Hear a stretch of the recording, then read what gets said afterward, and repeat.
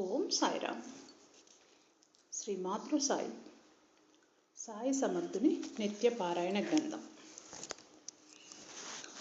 వాసుదేవానంద సరస్వతి.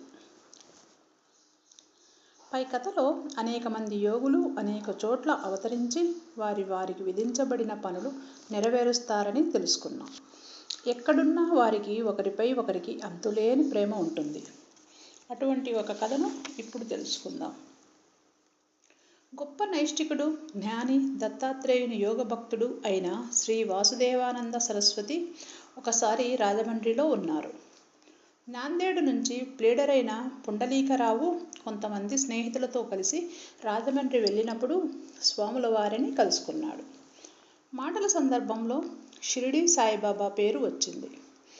బాబా పేరు వింటూనే స్వామి చేతులు జోడించి, సాయి మా సోదరుడు, వారిపై నాకు అత్యంత ప్రేమ అని చెప్పి ఒక కొబ్బరికాయను పుండలీకరావుకి ఇచ్చి దానిని సాయి పాదాలకు సమర్పించి తన నమస్కారాలు అందుకోమని, తననెప్పుడూ మరవవద్దని, తన మీద ప్రేమ చూపించమని సాయికి చెప్పమని చెప్పారు.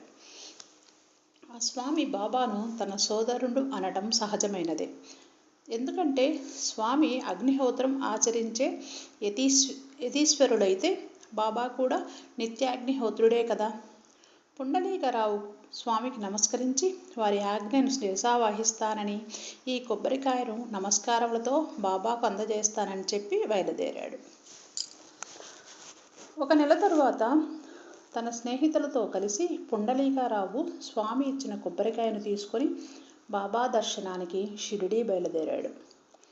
మన్మాడ్ చేరేసరికి కోపర్గాంకు వెళ్ళే రైలు వెళ్ళిపోయింది. వాళ్ళకప్పుడు చాలా దాహంగా ఉంది. పరగడుపున నీళ్లు తాగితే అనారోగ్యమని నదీ తీరానికి వెళ్ళి అక్కడ అటుకులు తినబోగా అవి కారంగా ఉండటం వల్ల కొబ్బరికాయ పగలుగొట్టి అటుకులు కలుపుకొని రుచిగా తయారు చేసుకొని హాయిగా తిని నీళ్లు త్రాగారు.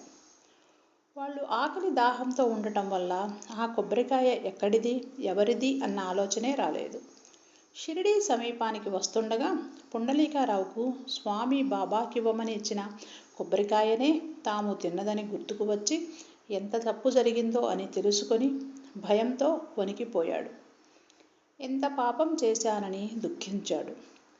సర్వాంతర్యామి అయిన సాయితో అబద్ధం చెప్పలేక నిజం చెప్పడం ఎంత సిగ్గుచేటోనని, అలా అని ఇప్పుడేం చెయ్యాలో తెలియక బాధపడుతూనే బాబా దర్శనానికి వెళ్ళాడు. మనం ఒకరి వార్తలు ఒకరికి అందచేయడానికి ఎంతో డబ్బు పోస్టుల ఖర్చులకు ఉపయోగిస్తాం. కానీ సాధువులకు తమ మనసుల ద్వారానే వార్తలు అందించుకుంటారు. స్వామి తన కోసం పంపిన కొబ్బరికాయ గురించి బాబా అప్పటికే గ్రహించి ఉన్నారు. పుండలీకరావు వెళ్ళగానే అతనేమీ చెప్పకముందే బాబా అతనితో, మా సోదరుని దగ్గర నుంచి తెచ్చిన నా వస్తువు నాకివ్వు అని అడిగారు. అప్పుడు పుండలీకరావు సాయి పాదాలు పట్టుకొని, స్వామి బాబా కోసం ఇచ్చిన కొబ్బరికాయను గుర్తుగా తెచ్చి కూడా దారిలో ఆ విషయం మర్చిపోయి పలహారం చేసేశాము. తెలియకుండానే విశ్వాసఘాతం లాంటి అపరాధం చేశానని, బాబా తనను క్షమించాలని, తనకు వేరొక కొబ్బరికాయను తెచ్చి బాబాకు సమర్పించుకోవడానికి బాబా అనుమతి ఇవ్వాలని కోరాడు. అప్పుడు బాబా అతనితో, ఎన్ని కాయలు తెచ్చినా స్వామి ఇచ్చిన కాయకున్న విలువ రాదని చెప్పారు. స్వామి అతనిపై విశ్వాసం ఉంచి కాయనిస్తే జాగ్రత్త పరచలేని వాడివి అసలు ఆ కాయనెందుకు తీసుకున్నావని అడిగారు. పుండలీకరావు దగ్గర సమాధానమేదీ లేదు. అప్పుడు బాబా అసలు సంగతి చెప్పడం ప్రారంభించారు. పుండలీకరావుని అనవసరంగా చింతించవద్దని చెప్తూ, ఆ కాయ స్వామి పుండలీకరావుకి ఇవ్వడం బాబా సంకల్పమేనని, దానిని అతను పగలగొట్టడం కూడా తన సంకల్పమేనని చెప్పారు. ఏదైనా సరే భగవంతుని సంకల్పంతోనే జరుగుతుంది. కాబట్టి అనవసరమైన అభిమానం, అహంకార బుద్ధులతో నేనే చేశాను, నేను అపరాధిని అని అనుకోకూడదు. పుణ్యకార్యాలు కానీ పాపకార్యాలు కానీ రెండింటి ప్రభావం ఒక్కటే. అందుకనే వాటిని ఆచరించేవాణ్ణి నేను కాదనే నిరహంకార భావముతో ప్రవర్తించాలని చెప్పారు. పుండలీకరావు తనను కలుసుకోవాలని బాబా అనుకున్నాడు కాబట్టి స్వామితో ఆ కాయను అతనికి ఇప్పించారు. ఆ కాయను ఇవ్వటానికే అతను షిరిడీ వస్తాడని బాబా భావించారు. అతనిని చూడడం కోసమే బాబా స్వామికి ఆ సంకల్పం కలిగించారు. అంతేకాదు, పుండలీకరావు తన బిడ్డే కాబట్టి అతను దాన్ని తిన్నా అది బాబాకు సమర్పించినట్లేనని చెప్పారు. అప్పటి పుండలీకరావు మనస్సు శాంతించింది. బాబాది ఎంత గొప్ప మనస్సో చూశారుగా. బిడ్డ చేతి నుంచి పొరపాటున ఏ వస్తువైనా పాడైపోతే తల్లి పిల్లవాడిని మందలించటం పరిపాటి. ఈ మాతృమూర్తి పొరపాటు చేసిన వాడిని కూడా బుజ్జగించి అది తన సంకల్పమని చెప్పారు.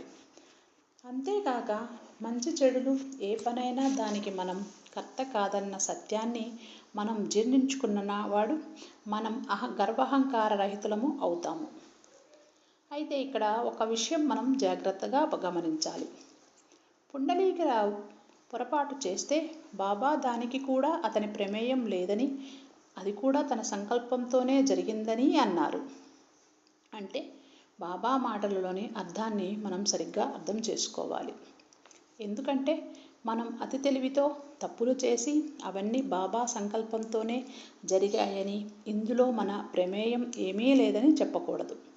ఎలాగంటే ఈ కథలో పుండలీకరావు తప్పు చేయలేదు, పొరపాటు చేశాడు. తప్పు అంటే తెలిసి కావాలని చేసేది. పొరపాటు అంటే మనం ప్రమేయం లేకుండానే జరిగిపోయేది. ఆ రకంగా పుండలీకరావు స్వామి ఇచ్చిన కొబ్బరికాయను పొరపాటున తినేశాడు. అంతేకాక తను చేసిన దానికి నిజంగా ఎంతగానో పశ్చాత్తాపపడ్డాడు. బాబా దగ్గర తన తప్పును మనస్ఫూర్తిగా నిజాయితీగా ఒప్పుకున్నాడు.